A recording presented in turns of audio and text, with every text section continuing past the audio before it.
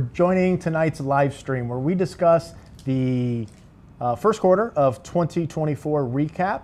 We're going to talk about heading into the summer, what that could mean for the stock market, because we normally have some volatility heading into the summer. And then, of course, the uncertainty around the 2024 election and possible ideas, strategies to start to position the portfolio to take advantage of what could happen come November. As always, we have Chris Perras, our Chief Investment Officer, Charles Scavone, Director of Investments. Welcome to tonight's live stream tonight, guys. How you doing? Great. All good. So we want to jump right into the Q1 recap because the market performed well. We had about a 10% return in the S&P 500, not a ton of volatility in the broad indexes, but definitely we had some volatility in single stocks. So Chris, start us off with what happened in the first quarter of 2024. You pretty much summarized it, Troy. Okay, next. No. So yeah, the first quarter, we're not done yet. The S&P 500 is up just under 10%, I think, as of today. You turn on the TV, you would think technology stocks were up a lot more. I think the NASDAQ was up just under 9%. The Dow, which a lot of people look at, much more a value-based and dividend-based, was up about half of all that, I think around 5%. And then the broader small cap market, the Russell, was up under 5%. I think that's right, Charles. Right. And it was a really interesting first quarter. So we're at around 5,200, 5,250 on cash S&P 500, which, back in October was kind of our optimistic outlook for the first half. We're there already in the first quarter, which was kind of the best case scenario I could come up with back in October. The thing that surprised me, and I think most people, even if they had this kind of level, was the lack of volatility in the overall market in the first quarter. I don't think the markets dropped more than 2.5% at the most at any period from January through now. Right. But the single stock volatility was certainly off the charts in some names. So yeah, it's interesting. We always would say the capital markets don't look at a calendar, and opportunities present themselves when opportunities present themselves. And so this is the need to be active and be engaged consistently in what you're doing. And if you kind of take a step back and say, well, the market gave us most of what we thought would be our full year returns in Q1. So kind of, what do you do now, right? And so we'll address some of that, but it's just the way things worked out so far this year. And you posted the video about the S&P 500 hitting 5,000, possibly getting up to 5,200. And you and I were talking the other day. Actually, you forwarded me the email where one of the YouTube commenters said, "Yeah, Chris, I'll believe it when I see it. The S&P 500 hitting 5,000 by year end, or somewhere in that range." Did we ever get approval to reply to that one? I don't remember, but yeah, that was the optimistic outlook was for the first half, which I had thought the market would peak in or around right now, which is mid-March, at around 5,200, kind of most optimistically.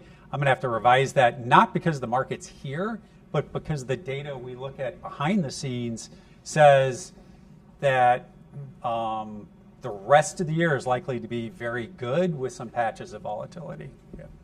So, Charles? Yeah, not a whole lot to add to that. Other than that, we had markets were fairly skeptical heading into the year. I think once we got through that fourth quarter earnings reporting cycle and things weren't so bad, then a little bit of a sigh of relief. The only other thing I would add to that is it seems that we had stalled out just a few weeks ago, or a week or so ago, and then when Chair Powell came on, and everybody was concerned with the level of interest rates and all, and the nature of his commentary seemed to elicit sort of that green light from folks, and we saw this last little move up we've seen in the market. Yeah, so about a week ago was kind of the completion of that stall cycle, because it went on for about 10 business days there where the S&P really didn't go anywhere. It was kind of just churning, just a little choppy.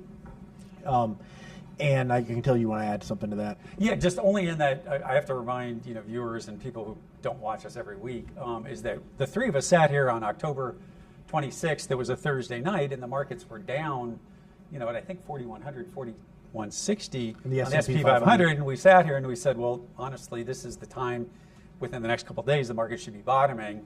And at that time, everyone was talking about recessions and the team here was talking about, no, it should be a soft landing. Now's the time to get invested or to take advantage of that lower entry. Exactly, and we're here at 5,200 because we are in a soft landing for the economy. We haven't hit a recession. Growth is slowing. Inflation came down in the fourth quarter. Now it's rising, but it's not to the point where it's hurting the overall economy. So, what happens here in the second quarter and the second half, I haven't come out with that full outlook, but we can talk about it here. But you make me think of something else, and it's very true what you said previously, right? So where we're at now, interest rates around 4%, economic growth chugging along, sort of reasonable levels. You know what that is? That's the old normal that we used to live in. Exactly what you had described in previous messaging. So here we are. Yeah. Now we need to decide, right, and discuss what are we going to do. So coming at just real quick off 2022, we're very, very bad year. 2023, markets rebounded, had a really good year, and then referencing the point that you just mentioned in October, where you can go back, we still have the live stream on YouTube here, where tomorrow should be roughly about the bottom. It was October, I think it was later October. Before Halloween. Right before Halloween. Maybe, was it even Halloween possibly? Maybe the day before. It's October 26th. Who's counting? None of us are counting. I'm counting because I history, and the days were such that should be it. And just, it is right now exactly 5 months later, and we're exactly kind of at the optimistic outlook that we had. So now I'm kind of like, where do we go from here? And if you watch CNBC or Bloomberg or any of those really kind of national outlooks, after that strong year, 2020, a lot of people were saying that, we've kind of already got to where we're going to go. 2024 may not, be a great year, or it's hard to see the market getting to 5,000 anytime soon. Our outlook, again, was to get to 5,000. And then here we are now, end of Q1, and we're basically at about 5,200.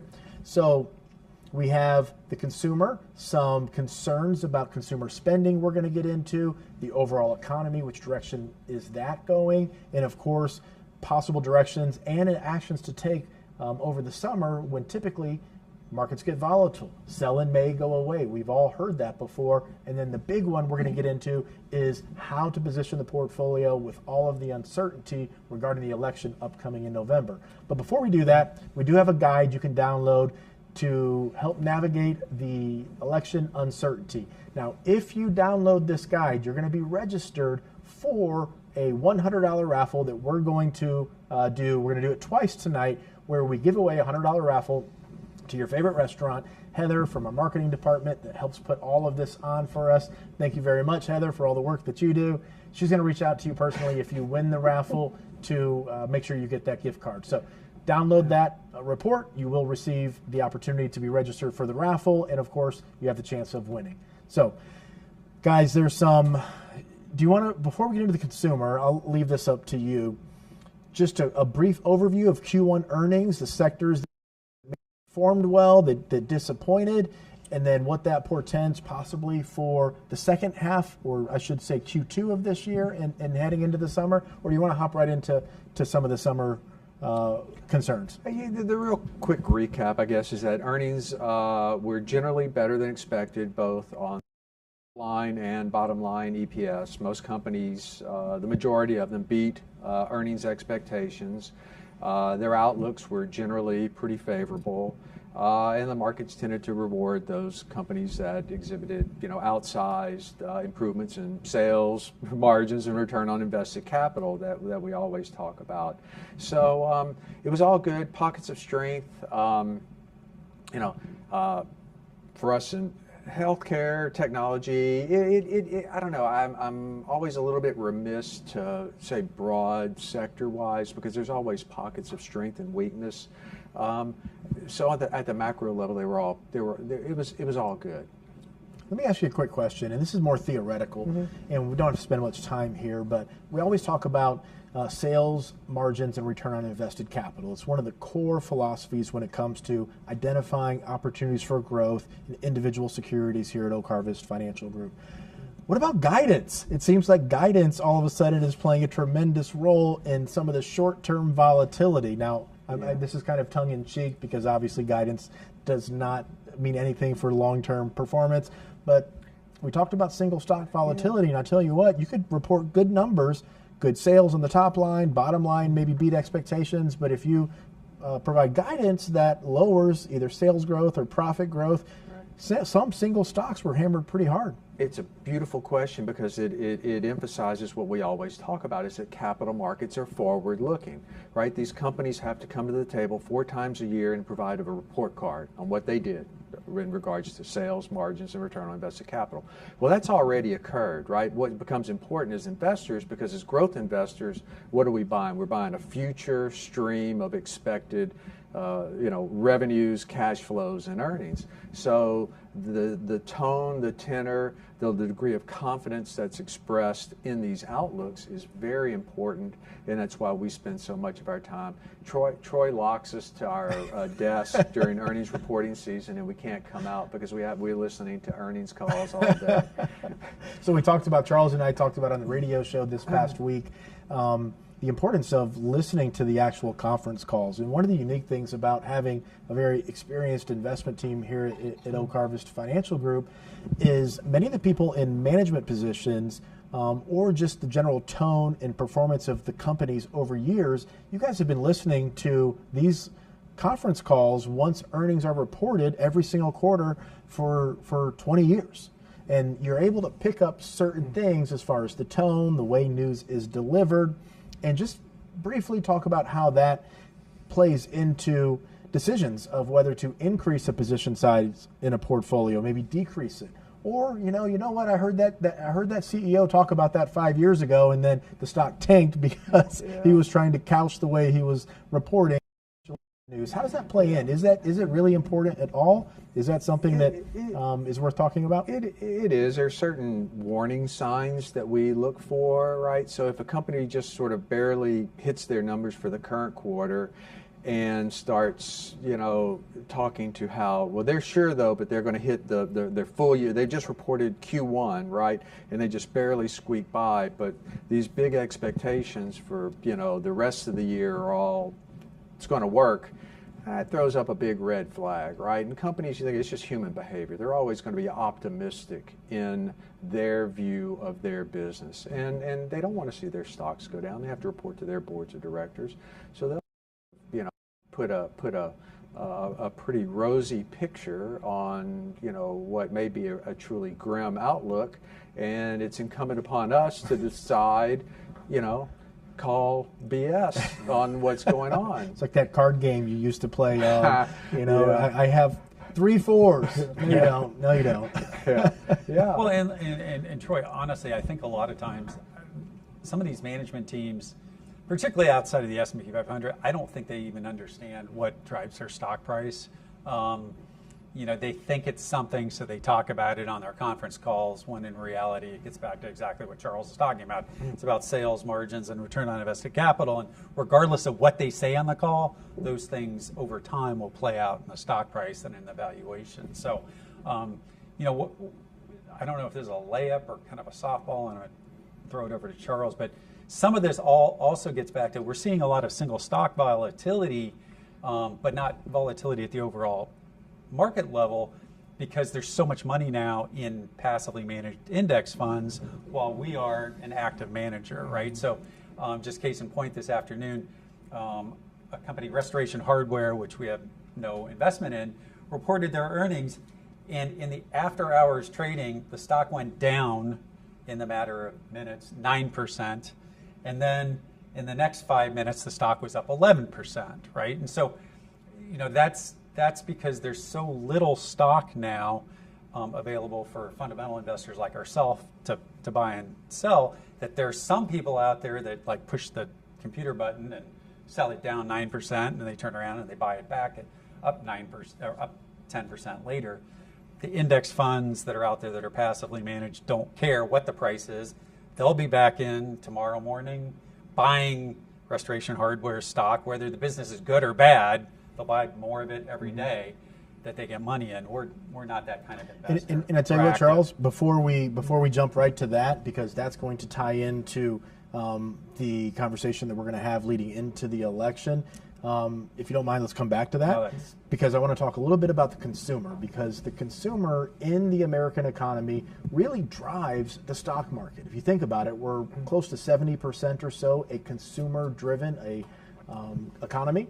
And when you start to see weakness in the consumer, it can throw up some red flags. So here we are, and for those of you who are entering retirement or have been retired, the past 2 years has been really, really challenging in the sense that, let's say you retired 2 years ago.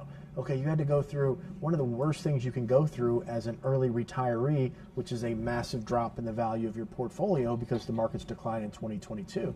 But then, this rubber band snaps back in 2023 and you see the market go up. Your portfolios hopefully rebound in value.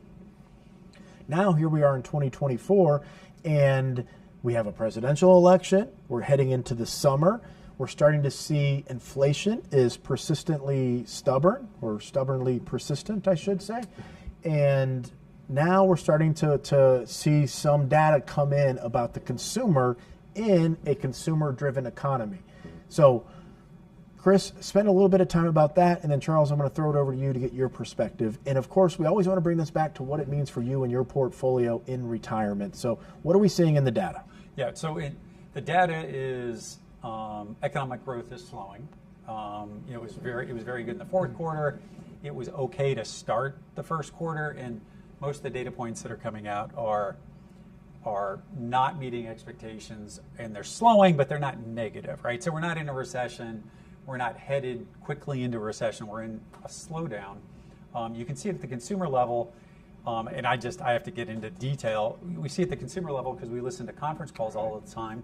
And if you want to drill it down to a level that some of our listeners could understand, is restaurants, right? There's 1,000 restaurants out there. I don't know how many are publicly traded, but if you go to a Darden, which runs Olive Garden, they just reported last week, and their stock was down considerably because they're seeing a slowdown in the number of seats, and number of what's the term they use? Not paychecks. The number of the average ticket. The average ticket's lower, and the number of tickets is lower. Right. Because now, with inflation, with the economy where it is, if you take a family of four to Olive Garden, it's $100, with tax and tip and everything else. On the other side, you get companies like Domino's and Chipotle are reporting good numbers because that's me walking into a Chipotle and it's $8 or $10. I'm not taking my whole family there, or you spend money for an entire family. So it's getting very much, I hate to say, stock selection over sector selection, but it's true. There are winners and losers in every group out there, whether it's restaurants or semiconductors or industrials. It's definitely a stock picker's market. It goes back to what Charles said, where you can have, you said you didn't want to really talk about maybe sector performance necessarily, but you will have winners and losers within a specific sector. And Chris, that's a really good example of really within one sector, how companies that have higher price points, and some families are really starting to feel the pressure of higher inflation, maybe a slowdown in some of the household income or whatever it may be, choosing to maybe not go out to those Darden restaurants quite as often, whereas someone who's working and they have that Chipotle right next to their office and they walk over there every single day, they're going to continue to spend that $7 to $12. So those are the companies that may be doing well. And then we're going to tie this back to how we can position the portfolio in this type of market or economy. But before we do that, Charles, I know you have some good information to add to that conversation. No, I was going to say, no matter how good the endless breadsticks are at Olive Garden, if the ticket's too big, you're not going to go. And breadsticks and salads do not drive margins. There you go. That's right. We pick up some of the data and things that Chris. So he did a great job of explaining it. But even if you just look at someone like a Walmart, who covers a broad expanse of a consumer, and you listen to their call, you'll hear them tell you how their sales within their four walls are shifting from flat screen TVs to groceries. Right? People got to eat. right? And so that's where those dollars are shifting, and that's the type of stuff that within a store, more movement towards store brands as opposed to the name brand products and so on. So we see these shifts, and we see them long before they show up in some of the government statistics, and we use that, and we tilt our portfolios accordingly. We readjust as we see these events unfolding, and believe that they'll continue to do so.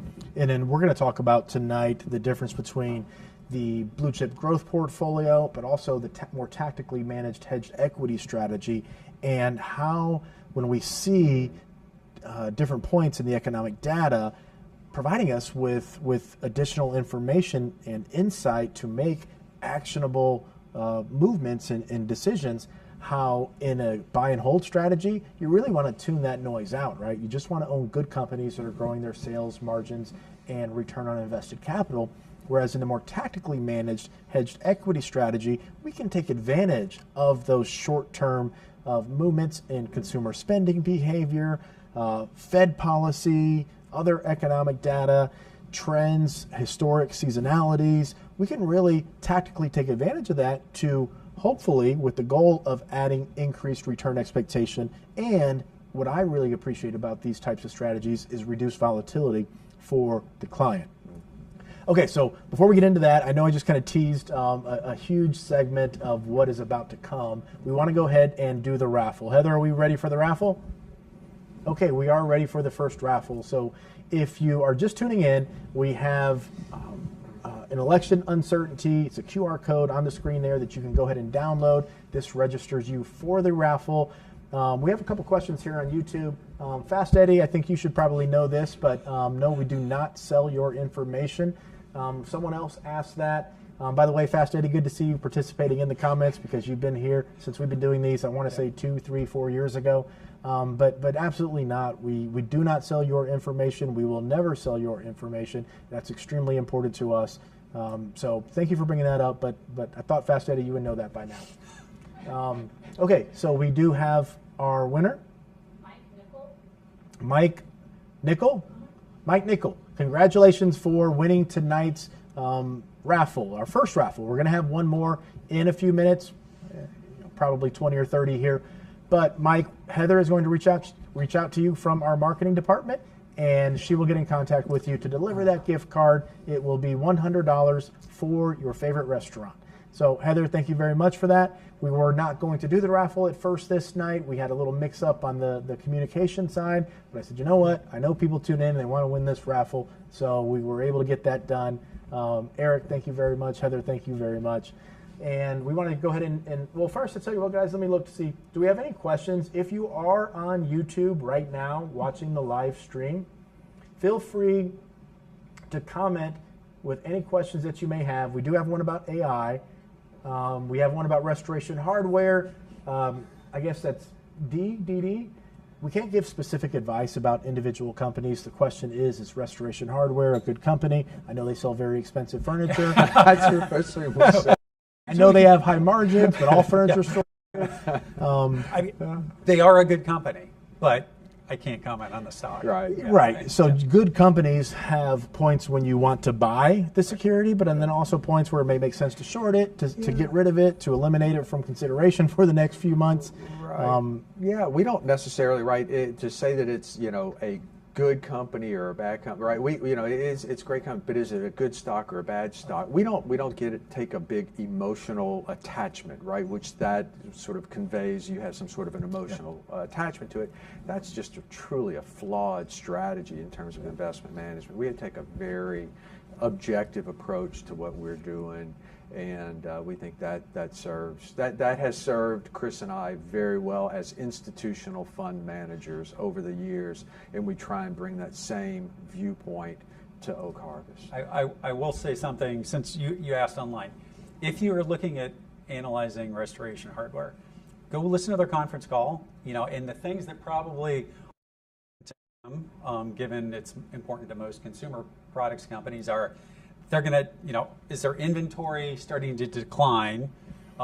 Because most of these companies, these furniture companies, had too much inventory because everyone bought it during COVID. They ordered a ton, and it's been sitting there because the economy slowed down. So, is their inventory peaked and declining? What's their traffic like? Because if their inventory is peaked and traffic is still strong, they'll be able to get their pricing and generate cash flow, and the stock will start to work. They'll have sales, their margins will be higher, and they'll reinvest it in the business and generate higher returns on invested capital. So, okay, so we're not going to get into the specifics about Restoration Hardware, but just in general, when we see some of the data coming in that the consumer is weakening, would it make sense from a general perspective to assume that it's possible that a company like Restoration Hardware's sales may decline if the consumer is focused more on groceries as opposed to flat screen TVs, or going to Chipotle as opposed to Olive Garden to take the family out? It certainly becomes a factor or factors which we take a close look at. And that's where you have to divide what we do from a quantitative standpoint to screen. Where we can talk about sales, margins, and return on invested capital all day, but if we're going to keep using them. If Restoration Hardware did that as a result of a one-time effect, whatever it may have been, and that is not, we do not believe that it's sustainable and durable over time, then it's not going to be a good stock, right? But there may be certain conditions which cause that to happen one time. That's where then let's bridge that to the use of artificial intelligence. I don't care how great artificial intelligence is, if you can't apply just some practical financial analysis and know-how and experience from assessing what this outlook means, what the outlook is, are these trends sustainable? That's a judgment call that folks like Chris and myself and the rest of our team make based upon our experience as financial analysts and portfolio managers. You can't just turn a machine on and do that. Is it durable, right? That's the key word. Yep. You could have a blowout quarter. NVIDIA, it's a great answer, great example right now. At some point, NVIDIA most likely, in my opinion, is going to crash. It's going to come back down to earth because you cannot have blowout quarter after blowout quarter. And maybe I'm wrong about this. You guys are the people we're going to rely on far more than my opinion when it comes to this. But at some point, NVIDIA, I would assume, has to stop growing at the rate that it's experiencing. Now the question becomes, when does that happen, and how does NVIDIA fit into your overall portfolio? But is NVIDIA's operating profits, revenue growth, is all of that, is it durable for the next 5 years, 10 years? Or does it even matter? Does the next 12 months matter more so? 5 or 10 years? Maybe a bad example. Beyond our investment horizon. Yeah. I would. We're always looking for inflection points and where change is occurring, right? And so what we saw with NVIDIA is there was a rate of change, inflection, higher. And that's what has led to the exponential rise in the stock price, right? They have both an accelerating rate of sales, high margins, and that return on invested capital is going up. When all that hits, you'll get an exponential movement in a stock price. When that rate of change slows, they're done for a while. I mean, I guess in layman's terms, at some point, excellent going to great isn't good, right? Whereas horrible going to bad is actually the stock you want to own, right? It's, at some point, Restoration Hardware's horrible business just goes to bad, and the stock's going to work because they're going to generate cash, even though their revenue really isn't growing. Versus NVIDIA, people are going to have too much inventory, and instead of growing at 150% quarter over quarter, they're going to grow at 80%. And versus your alternatives, the S&P 500 or other stocks, the stock won't work. It'll mark time, it'll stagnate. I mean, it's happened. Microsoft, 15 years of sideways, even though earnings went up. Walmart, same thing. I mean, I think Costco did. I mean, it's just, there are times when, and people say, well, it's reflected in the valuation. I don't believe that. I just believe that the market starts to see the marginal return is going down. And instead of 90%, it's 80, and then it's 70 and 60, which you and I would die for.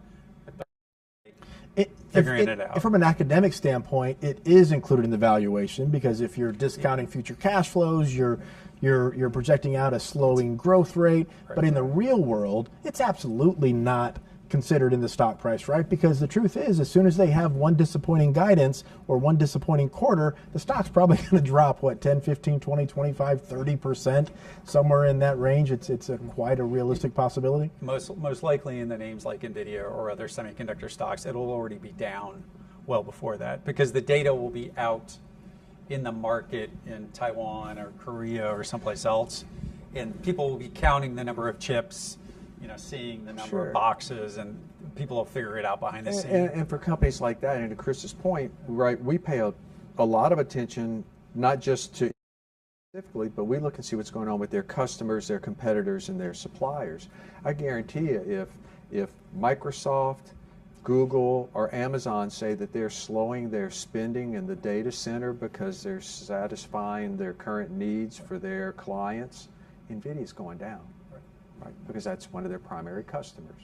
And so even before it's reflected in the numbers, investors and that's where sometimes listening to conference calls can help, because you might start to hear that from some of the alliances or competitors of companies like that, and pick up some of those tidbits. Absolutely. Yep. Okay, so I know you guys probably don't want to answer this question, but I'm going to propose it to you anyways. JC Villa, can you comment on the impact of AI on dividend stocks like IBM before I get that answer from you guys, because IBM in general has not been the best stock to own over the past 5-10 years or so, but I do want to talk a little bit about dividend stocks in theory, and how AI and the performance of these growth stocks really is impacting dividend stocks. So we've seen this divergence of performance between those two types of stocks. But before we do that, if you're just tuning in, we have a raffle. So if you download the Guide to Election Uncertainty, you're going to be entered in the raffle. We have one more raffle coming up. It's $100 for your favorite gift card. After Charles and Chris answer this question about dividend stocks and how they are impacted by AI, and we've seen this play out in the market over the past couple of years from a performance standpoint, we're going to get directly into how the election could impact your retirement. We're looking for your questions. We're looking for your comments, because they're going to help dictate and guide the conversation that we have. So guys, I want to be respectful of JC, who took the time to post this comment, but also I know it probably makes your steam to talk about IBM, but not real. I mean, I have a conflict of interest. My father worked for IBM for 40 years, so he still owns IBM stock. I'm not. IBM is a prime example of a company whose return on invested capital peaked back in the internet bubble, and the company went nowhere for 15 years because they had this huge hardware business. They were shrinking while they were trying to increase their software and services business, which has a high return on invested capital. And they couldn't do anything to get those 2 or 3 product lines to merge quickly. Actually, artificial intelligence and the boom that we've seen the last 2 years apparently has done it, because they started investing in Watson and some other AI groups 5 years ago, 10 years ago, something like that. 10 years ago at least. And now it's a big enough part of their business, and the hardware business is small enough that they actually have seen a turnaround in their business, and the stock is actually finally, after almost 15 years of underperforming the S&P 500, I think it's one of the best performing stocks the last year, which total surprise to me. It's always amazes me how companies like that are early. They spend a lot of money on R&D, and they discover really wonderful things, but are never able to truly commercialize it in the same fashion that others do. And so, their IBM is seeing a bit of a resurgence now, but you look at the return of that stock versus NVIDIA, who's at the heart of what's going on, it doesn't even compare. The execution of the vision hasn't been right. Companies like IBM, they were, Watson, it was that was AI back before AI was cool, but have they done anything with it? No. You know, not really. They missed an entire cycle in computing, the movement towards distributed computing, the ability to have that laptop sitting over there as opposed to, you know, the old mainframe in the back room. So, you know, it is what it is, and you just have to recognize that. It is. When you think about it as a stockholder of IBM, you have to be a little bit upset because it could be IBM that's, you know, was the NVIDIA, right? Absolutely. Because they were. Absolutely. I'll tell you real quick a funny story about Watson. So about 10 years ago here at Oak Harvest, we wanted to be able to take data from the various sources that we gather data from internally and be able to analyze it to help make better operating decisions. So I saw the Watson commercials on television. I gave IBM a call, set up a meeting. They go through this whole presentation for me, and at the end they say, "What's your budget?" And I'm like, I think 40, 50,000. It's like, okay, a month, that's great. Since a note annually. And pretty much the end of that. Calling, sir. Yeah, click. The other thing I wanted to add on to that is that I think there's like a group, there's a meeting now between all of the investor relations folks for every company that meet, and like, what's the hot button topic? What do we need to mention, right? Because the first company that mentioned AI saw their stock go up a bunch. These guys all get together, you know, instant message one another, AI. So now I promise you, when Krispy Kreme has their quarterly earnings report, they're going to talk about how AI is improving their ability to make donuts. It makes sense. Bringing this topic, I guess, more generally to right here and now from a portfolio manager's standpoint, what we're seeing is everyone on TV is focused on AI and technology in the first quarter, but meanwhile, behind the scenes, there are names, I mean, like IBM, which we don't own, for clients that have dividends and are growing dividends that are actually outperforming. And this week, particularly as we sit here, there's been a big uptick in the performance of dividend-paying stocks, whether it's utilities, which are probably the most stable, boring, dividend payers out there. Right. Real estate investment trusts, I think, have been performing well this week. Energy companies, which are bigger, more stable dividend payers. So we're about to enter the second quarter, and you're seeing already behind the scenes, you don't see it on TV very much, but behind the scenes, the market is broadening out because the economy is slowing, and in a slowing environment, at first you want to own the fastest growing companies, but then the market portfolio managers start to get a little concerned about is it slowing and going to go negative, which would be horrible, right? That's a recession.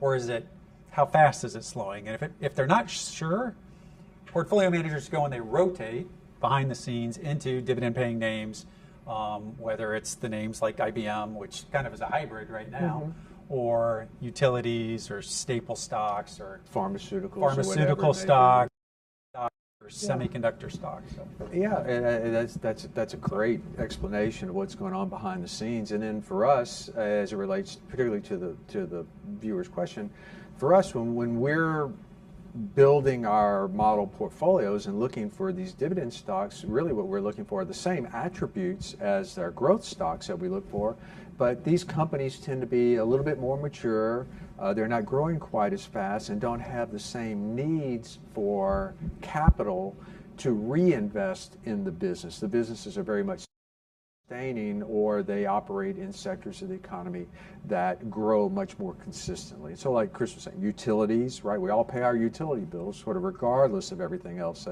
that's going on, right? We won't buy that flat panel TV, we'll pay the utility bill first. Same thing with healthcare names in certain sectors. So they have more durable growth. So we still look for those same attributes, and we sort of let the company's capital allocation decisions decide where they fit within our model portfolios. And what I mean by that is that if they all have sales margins, improving sales margin, return on invested capital, but they generate excess capital, which they pass through to investors in the form of dividends. And maybe even more importantly, what we look at are firms that have growing dividends. We're not just looking for the absolute highest payouts, because typically those companies are at the end of their rope, and it's math, like I like to say. It's like the share price has gone so low because investors are wary that the same payout creates a high dividend yield. We're looking for companies that have durable growth prospects that will allow them to pay this increasing dividend, which then planners can use in determining how that should be used in a client's portfolio. So we have the raffle coming up. It's a $100 raffle in about 10 minutes. We're going to give away a $100 gift card to your favorite restaurant. You have to download our Guide to Election Uncertainty in order to be registered to win that raffle. That's coming up in about 10 minutes. Now, we're about to jump into the election, how it could potentially impact the markets, portfolio allocation, but a couple of, just to put some context for those of you who may be tuning into Oak Harvest Financial Group for the first time.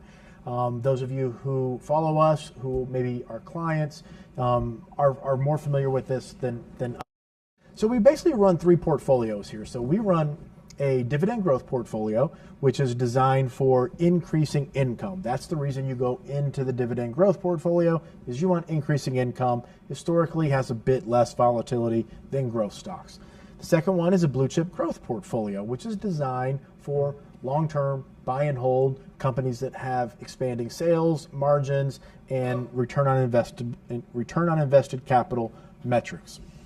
But then the third one is more of a hedged equity strategy, where we can take advantage of short-term movements in the market by tactically adjusting the portfolio based on everything that we've talked about here tonight, whether that may be options or going long or going short, or diverging a bit from the standard allocation in an index. So what we're talking about now is a concept called tracking error.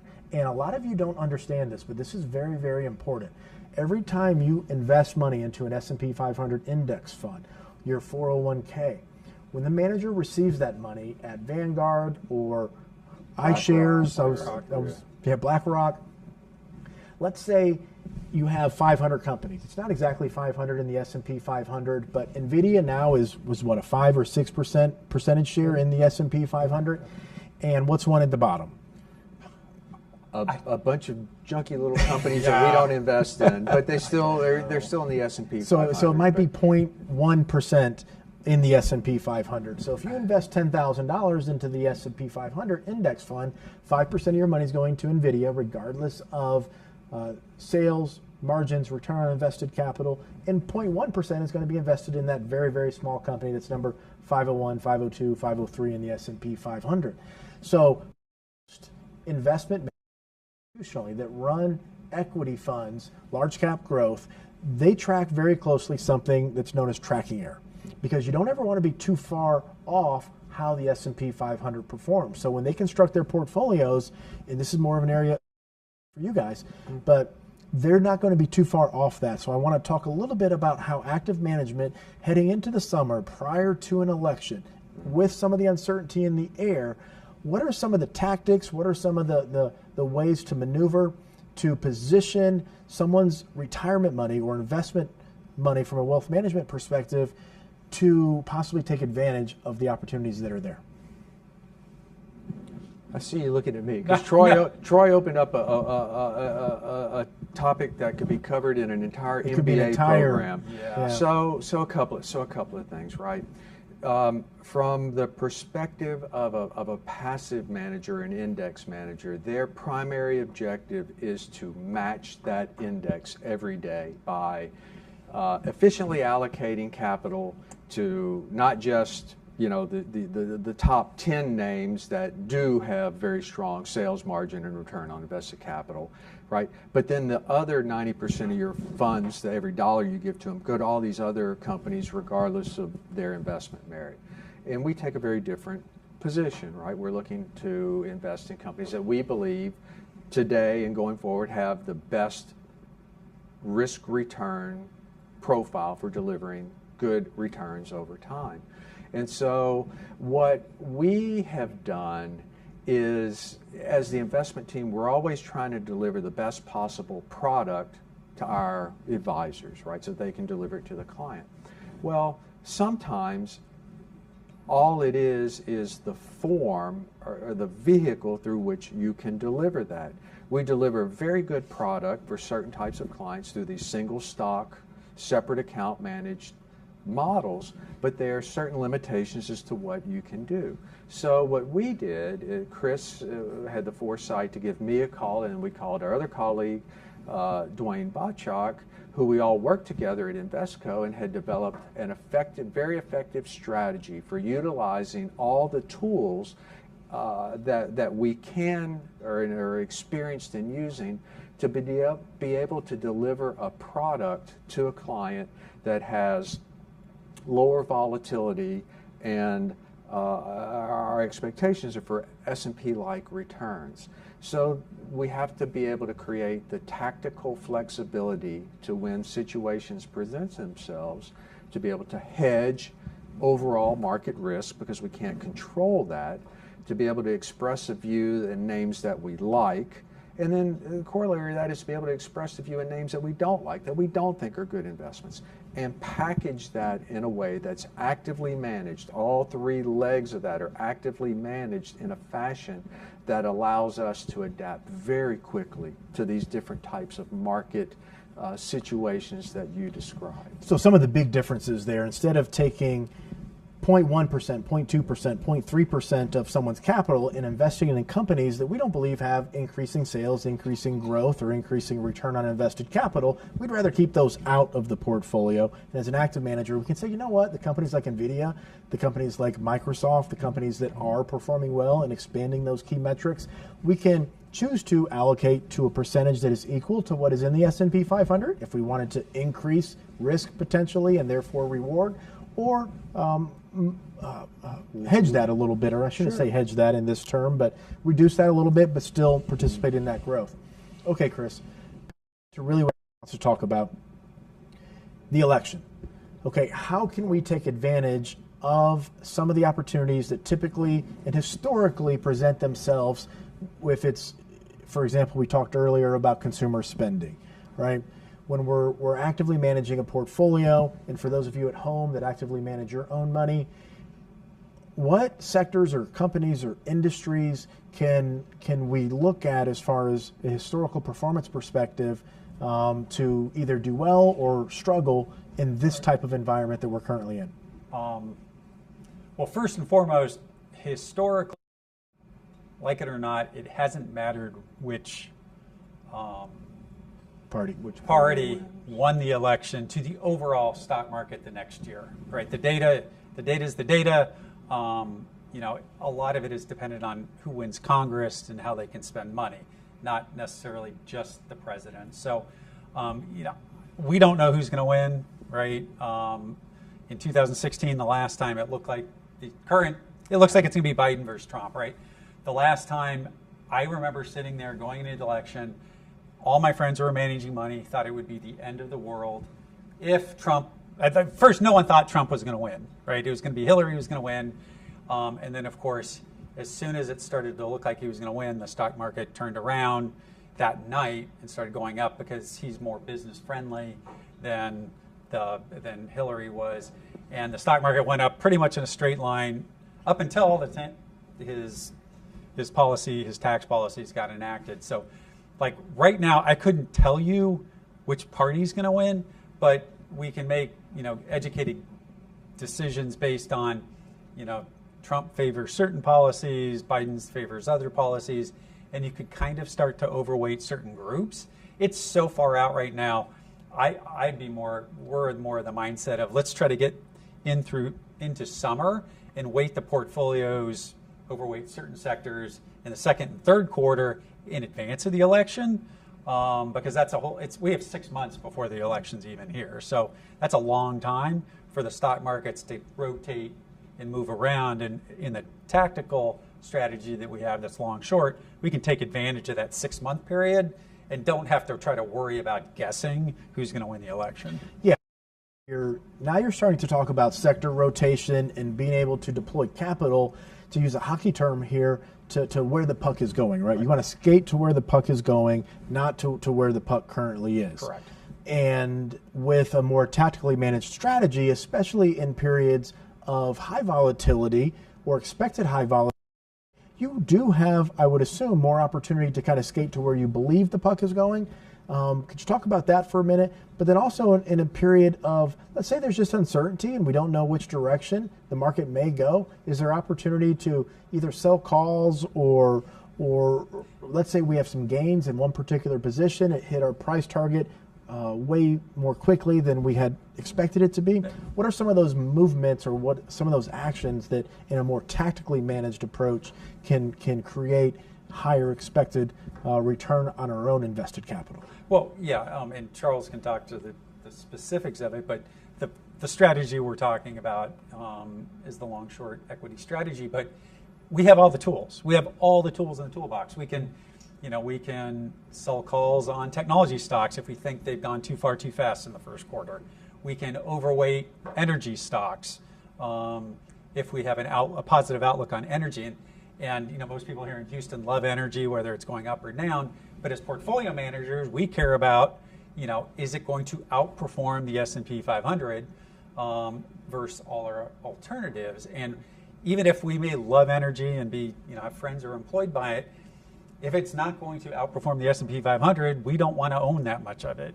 It's kind of dead weight in the portfolio. So we've actually, whether we're smart or lucky, we've been overweight energy here to date, which has been a good outlook. We have all those tools, right? If we have a negative outlook on certain areas of the consumer, we can actually buy options to take advantage of that. Or we can overweight or underweight certain groups or names in the group like we've discussed earlier tonight. We can't talk about individual positions. And Charles, I kind of threw three things together there in one question. I'm good at that, but see if you can help break it down. You're good. So here's how I would characterize it. Where we add value is our ability to pick stocks. And that's where we as portfolio managers embed active risk into a portfolio. We're holding out that we do a good job of that. But there's this whole other element that we can't control, which is overall market risk that exists. So we can't necessarily forecast or predict, or you couldn't predict COVID or a terrorist attack or whatever it may be. However, we have the tools available that allow us to, in a very capital efficient means, hedge out as much or as little of that as we would like. Then on top of that, as it relates to the individual names, we have the ability now, if we have a view that into the summertime there may be a slowdown in the share price appreciation of NVIDIA, and we own it, but we think the longer term outlook is really great, we can just sell call options against it. We can take a very proactive step to generate income and to mitigate the single stock volatility, which in turn helps pay for the cost of hedging the overall portfolio. We built a better mousetrap that allows us to maximize the skills that we have into a singular product that we can deliver to a client now. And that's a lot different from traditional kind of buy and hold strategy, which we do offer in our dividend growth model and our blue chip growth portfolio. That's designed to own good companies that we feel are increasing sales, margins, and return on invested capital. But we're not going to make those tactical moves to take advantage of any short-term opportunities that present themselves because, for many reasons, but the purpose of that model is there are almost so sort of legal limitations regarding absolutely. what you can do in those accounts. And there's absolutely nothing wrong with those types of accounts. They serve a very useful purpose. But we wanted to be able to broaden what we can do, to be able to deliver something that allows a client to get invested and stay invested without having to worry about all the day-to-day volatility that presents itself in capital markets that we talked about today. We're like, market's pretty much been straight up without any volatility or any movement. I think we all know sitting here that that's going to happen at some point. Yep. And also the opposite will happen at some point as well, and everything in between. Yep. Okay, so we're heading into the election. I really want to provide some meat for those of you at home watching this. Historically, when we're sitting right now, I don't pay too much attention to the polls. I don't really care too much about polls. I honestly don't even care too much about all of the stuff that leads up to an election regarding the news cycle and everything else. But from my 5,000 foot view, it seems like really it's probably 50-50 at this point, right? Some polls may have Donald Trump ahead, some polls may have Joe Biden ahead. Ultimately, when someone is in this position, and if you're a long-term buy and hold investor, none of this matters. That's why we have the blue chip growth portfolio, right?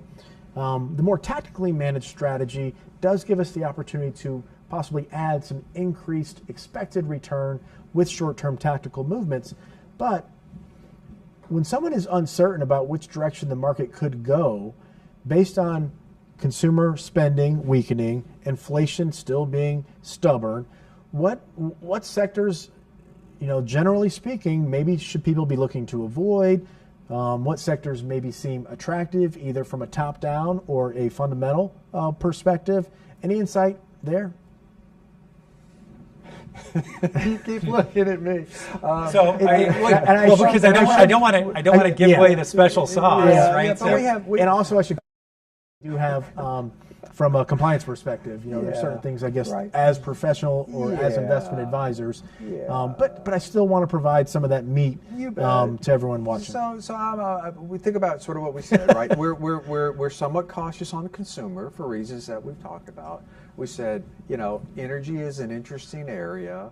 Healthcare and utilities provide, sort of economically insulated, sort of slow and steady growth.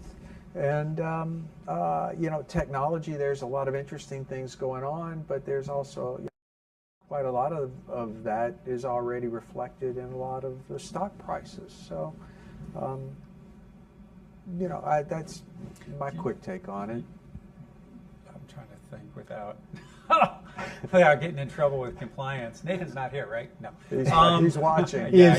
He's always watching. No, he's here. In our videos we discussed at earlier times. So interest rates, right? Two components: real interest rates and inflation. When real interest rates start coming down, which they coming down in October of last year, people buy the most aggressive stocks they can buy. It's technology, it's hyper growth stocks, because they're expecting, growth is slowing. I can pay up for growth. I can pay almost anything for growth. We've gotten to the point where real growth is now slowing, and big investors are concerned that it's slowing, and they don't know if it's slowing and go negative or just going to slow and kind of stop at, say, a 2% growth or something like that. So we're hitting that point in that the economy and in the part of the year where,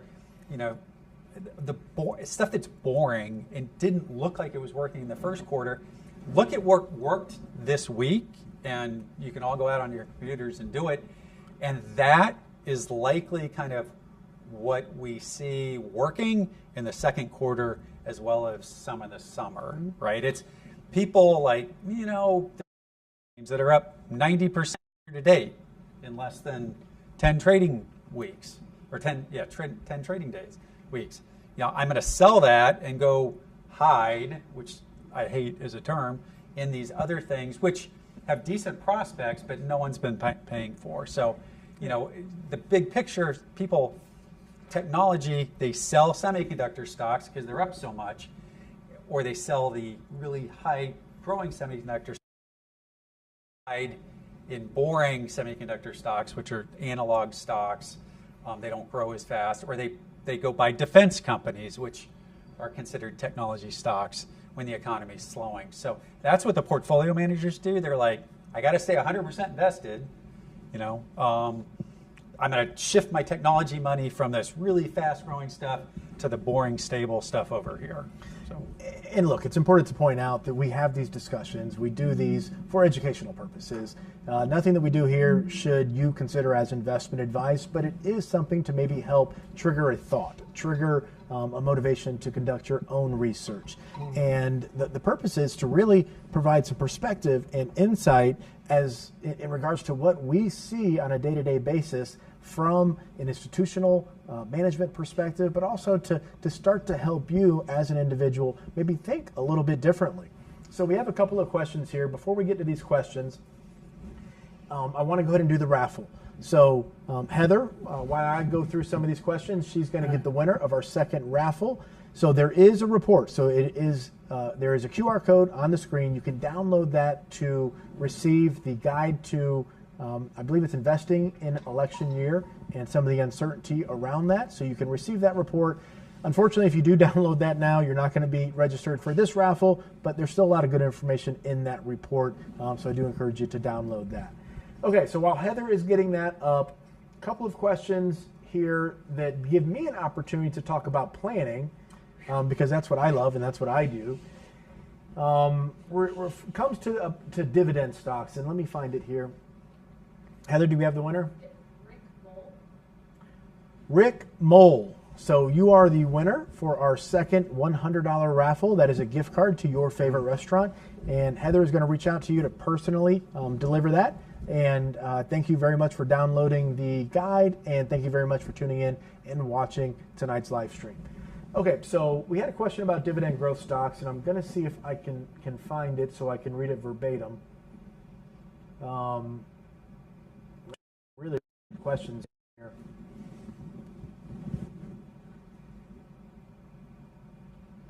Okay, so DJM says, can you explain why you focus so high on dividend growth companies when that money is taxed versus buybacks or reinvested? Can Troy do a video sometime explaining the theory overall for this? DJM, great question, great content. Would love to do a video on it. But in general, there's different levels of taxation here, right? So corporate profits are taxed at the corporate level. When they distribute that money, it is taxed at the distribution level, which is known as the cap gains rate, essentially. So if you have qualified dividends, it receives preferential treatment. But those profits, as far as what the company is deciding to do with that money to distribute it or reinvest it into stock buybacks or projects, that's all taxed at the same rate. 21% is the corporate tax rate. Now, me as the consumer, if I receive that dividend, I will pay an additional tax on that. That's where the theory of double taxation comes from. So if I'm a small business owner and I structure my entity as a C Corp, I'm going to pay corporate taxes at that level. But then also when I take a distribution for myself, I will be double taxed. But large publicly traded corporations, they only pay the corporate tax level. Now, executives that receive dividends, they will pay that dividend tax themselves, but they will not be taxed again at the corporate level. I hope that makes sense. So the reason we invest in dividend growth stocks and offer that as a portfolio for our clients is because we simply believe that having increasing income with lower expected volatility in the price of those shares is a good strategy to consider if you're in retirement and you no longer have a paycheck. It's really that simple. I imagine you're probably in the accumulation phase, and some of the questions that you've posted here, really good questions, but they're focused a lot of times on people that are more focused on accumulating wealth. Now, you may have 2, 3, 5, 10, 20, $100 million, but the questions are still focused on accumulating wealth. So the people that invest in dividend growth stocks are the ones that value increasing income. They don't want the high-flying price fluctuation of their portfolio. And we think it's a great strategy for many people in retirement to consider. Maybe they don't need some of the hedged equity stuff, or they don't want the volatility of NVIDIA. So that's really the theory behind dividend growth stocks. And I will tell you this, over long periods of time, which we don't have maybe 50 years, of course, in our lifetime, but studies have shown, and Chris, I know you've looked at some of these, but the longer a time period is, the larger the income component of a security ties into its overall return numbers. Yeah. Anywhere from a quarter, depending on the long time frame, it's anywhere a quarter of the total return to half the total return over like a decade or 2 decades, something like that. And all stock buybacks aren't good, right? Just because this company buys back their stock doesn't mean, I'm sorry, we've had 30 years experience each. Most of these management teams have if their stock is truly a value relative to handing you the cash back. I mean, case in point, Bed Bath & Beyond, which is bankrupt and now out of business, I think they bought back $3.5 to $5 billion worth of stock in the last 5 years of their existence as they went bankrupt. But right? What it does is it brings that back in the treasury stock, so they purchase it, it increases earnings per share because you have less stock out there. So now a lot of the executives at these companies are hitting their bonus numbers because EPS growth has hit certain thresholds. So all buybacks aren't the same. You have some companies that are buying stock back because it truly is a value and they think it's underpriced. And you do have some companies, I imagine, that are simply buying stock back to lessen the outstanding shares, which increases the earnings per outstanding share. You got a whole lot of different reasons for it. Yeah, not all of them are in the best interest of the shareholder. Some of them, to your point, are in the best interest of company management. I always take the Jamie Dimon view. It's like with the companies that are instituting large share repurchase, they're just taking a bunch of people out of the name that don't want to own it. They're providing liquidity for people who don't necessarily want to own the name. Myself, I'd rather you give me some cold hard cash and I'll reinvest it appropriately. Assuming they're not issuing more shares, which, like most of these tech companies that have huge stock buybacks, are issuing millions of shares to their new employees. So all they're doing is offsetting. They're not reducing the share count. They're offsetting the dilution as a independent investor I'm having to withstand by them hiring a bunch of new employees. Right. So all stock buybacks are not, great for you, the outside investor. Geo Pepsi says, I used to call Disney the only human trap built by a mouse. Instead of a mouse trap built by a human. Yeah, that's good. Yeah. I like it, Geo Pepsi. So some other specific questions here about our portfolios. We of course, can't get into those. But feel free if you give us a call to you about it. But dividend yield, some of those questions, expense ratios. So our dividend portfolio, our blue chip growth portfolio, these are what we call managed in a separately managed account system. So a little bit different than a publicly traded security. The purpose of these discussions is to talk conceptually and really help to convey how or what the differences are between owning dividend stocks versus blue chip growth type stocks. So it's more for educational purposes. Again, we don't want anyone to construe anything we say here as investment advice. If we talk about energy or we talk about semiconductors, that's not saying you should go invest in those things. We want to just spark this debate and this conversation about those particular sectors. So hopefully that helps. On the strategy or any dividend stocks, particularly for the last 2 years, I plead with you, if that's the strategy you and your Oak Hierarchist advisor or elsewhere, if your advisor has you in a dividend growth strategy and you're looking at your portfolio the last 2 years and you're like, man, I'm getting crushed by the S&P 500, I plead with you to not think that way, because remember, the last 2 years we've had interest rates now go from 0% essentially to 5.5%. So the portfolio you have that's dividend and reinvesting and stuff is fighting the wind against them of the alternatives, which was a treasury from the United States that was yielding less than 1%. Now it's 5%. Now interest rates look to have peaked, both shorter term rates and longer term rates. And that's why if you look at the first quarter and if you look at the last couple of weeks, those dividend growth stocks on a relative basis relative to the S&P 500 are starting to pick up ground. So I'm just going to plead with you, if you look at your portfolio and go, oh, I own all these dividend growth stocks, but hey, look over here. NVIDIA. The semiconductor ETF is up 100% in 12 months. I need to run over there. That would be the wrong strategy in my book to do right now. Right? So the reason you invest in dividend growth stocks is because you want the increasing income over many, many, many years.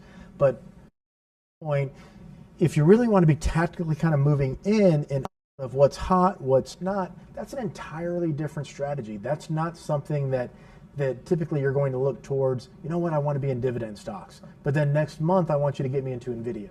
Because the price action of those two securities is going to be completely different.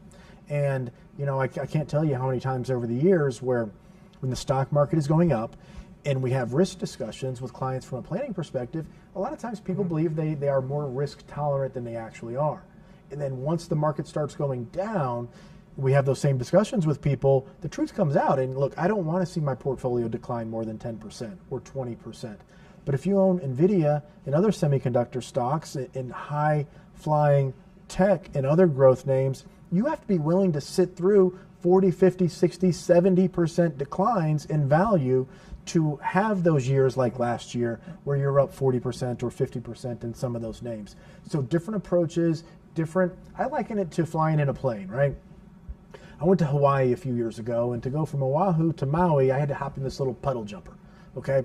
I was not expecting that to be a very smooth ride, and I was proven right when we hit a little draft, and all of a sudden the plane dropped about 10 or 15 feet, and I held my breath. I didn't know what was going to happen to me. Whereas on the way over from the mainland to Hawaii, I was in the Perras section, I was laid back, I was comfortable. I wouldn't mind, most of the days being like that. So two totally different experiences, right? The dividend stock, long term, maybe not the best metaphor, but it's more like being in the Perras section of United first class, and you're just kind of cruising and you're not really worried about it. The high flying tech stocks like Nvidia, the bumper from Oahu to Maui. It sounds like a lot of fun to always dance with the prettiest girl at the dance every week, but sometimes it's best just to stick with the one you got. Yeah, absolutely. Okay, so we have probably a couple more questions here, guys, but I think we're really kind of wrapping it up tonight. We don't like to get into political discussions here about who's going to win, who's going to lose the election. We had one really, really good question come in from Barbara.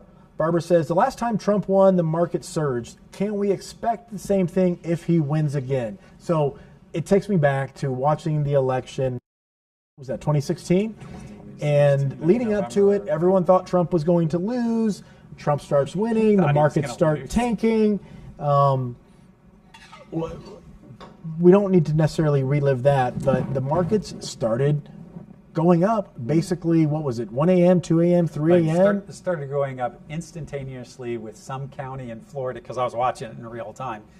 The vote started to swing towards him.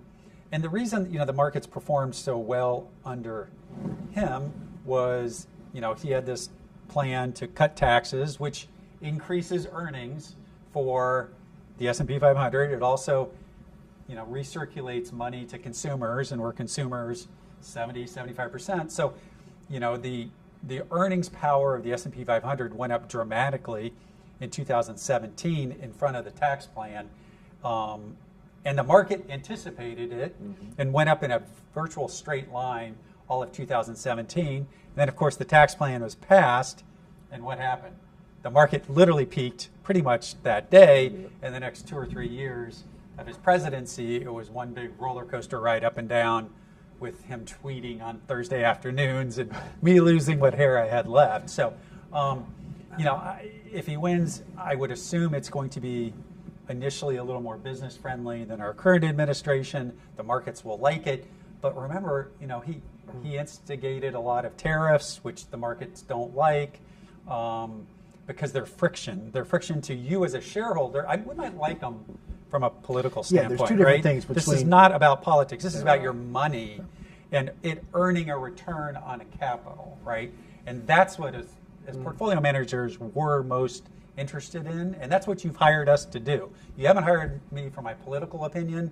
You've hired me to figure out whoever wins, the money that you guys invest, where is it going to return the most, or incrementally better, or incrementally worse, right? So, and Charles jokes that I chain you guys to the desks back there during earnings season. Truth of the matter is, people are paying you to be chained to those desks during. Yep, it's true. And then Chris's view is just like a sort of like a cold-blooded assassin. He's just looking for the next best idea, right?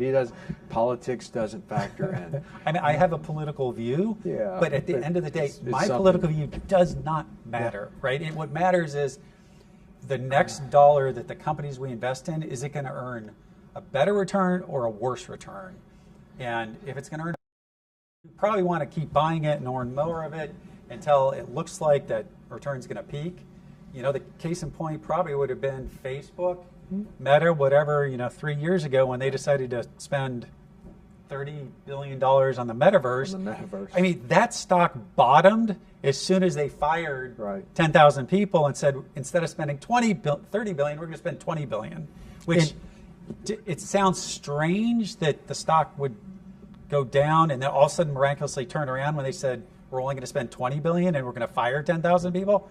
But This points two things I wanted to say before we finish, right? As it relates to elections and Trump and such, and what happened when that occurred. Markets provide signaling messages, right? And when we saw this huge reversal in the S&P 500, the biggest, largest stock market in the world, it was a signal there. There's a message there that this is not as bad as people perceive. You have to listen to that. And just to provide the context there, because I misspoke just briefly earlier, people thought Trump was going to lose going into the election, but then once it became clear that he was going to win, that's when the market started tanking. Right. Then all of a sudden, that one county, well, maybe not even that, but then all of a sudden people realized that, hey, you know what? President Trump might actually be good for corporate profits, and then we saw that big turnaround in the overall equity markets. But that's exactly correct. That's a great recap of that. The second thing is, right, at least now we have experience with him. both candidates. And both candidates, right? Both guys, right? Yeah. And that's the good news from the money manager. No surprises there. Yeah, right. So I'm sure we're always surprised. When you do this long enough, it doesn't matter. It's like we've seen everything. It's like, nope, there's something new that's going to present itself. But at the same time, there's also nothing new under the sun. Right. But at least we have the experience there, and some people refer to it as that we're old. We say we're experienced. Yeah, absolutely. Okay, guys, thank you very much for tuning in tonight. If you do have questions, feel free to reach out to us, of course, but we do these to provide valuable content for you. Get those wheels turning, get the gears turning. I think from some of the questions that we had here tonight, we may have helped to formulate the content for next month's live stream.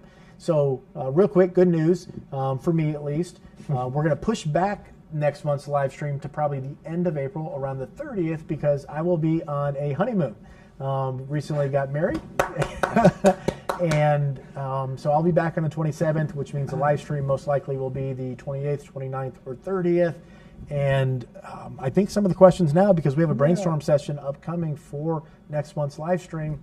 Thank you all very much for the comments that you have provided tonight, because I already have some ideas of how we can tie them into next month's live stream.